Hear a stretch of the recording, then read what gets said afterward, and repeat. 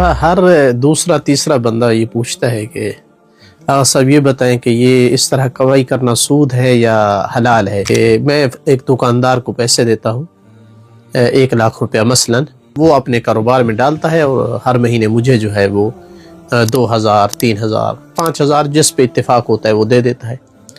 تو میں کاروبار چونکہ نہیں کر سکتا اور وہ آلریڈی کر رہا ہے، اس کو پیسے چاہیے کاروبار بڑھانے کے لیے، میں پیسے دیتا ہوں اور وہ مجھے منتھلی اتنے پیسے دیتا ہے. تو کیا یہ حلال ہے یا حرام؟ دیکھیں، اس طرح معاملہ کرنا اسلام کی نظر میں جائز نہیں ہے، چونکہ یہ سود کے زمرے میں آتا ہے. آپ اس کو قرض دے رہے ہیں اور اس پر آپ پرافٹ اس سے لے رہے ہیں، چونکہ یہ 1,00,000 آپ کا اس کے پاس قرض ہے جو کبھی بھی آپ واپس لے سکتے ہیں، یا ایگریمنٹ کے مطابق 6 ماہ سال بعد 2 سال بعد واپس لیں گے. اگر آپ اس کو چاہتے ہیں کہ حلال طریقے سے کریں تو مزاربہ کریں.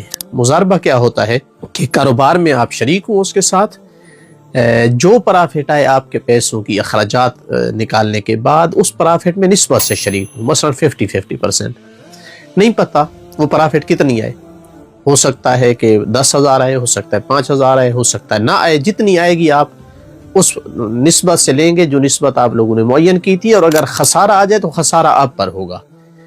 اگر اس پہ شرط لگا دیں کہ آپ خسارہ جو ہے وہ دکاندار دے گا تو پھر خسارہ جو ہے دکاندار پہ جائے گا، ورنہ وہ خسارہ آپ پر آئے گا. اگر اس طرح کرتے ہیں تو اس کو مزاربہ کہتے ہیں اور یہ جائز ہے.